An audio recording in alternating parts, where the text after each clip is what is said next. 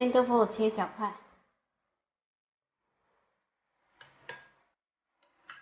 配点姜片，切成丝，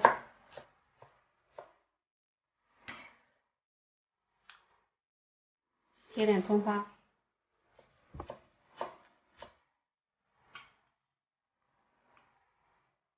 金针菇切去头部，4成段，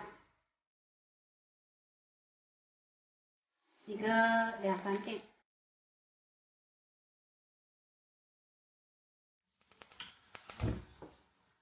热锅放油，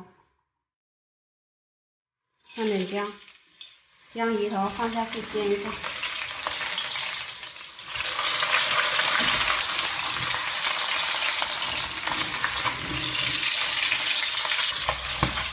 翻开，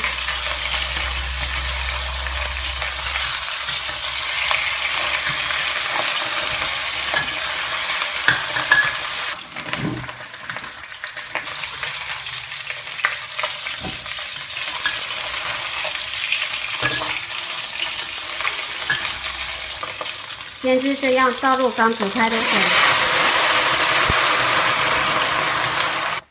下入豆腐，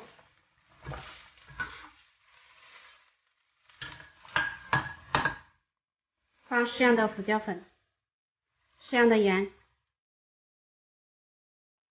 盖上锅盖，煮4分钟。4分钟后，放入金针菇，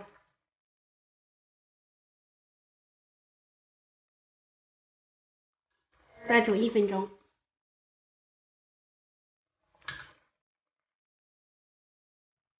时间到，关火。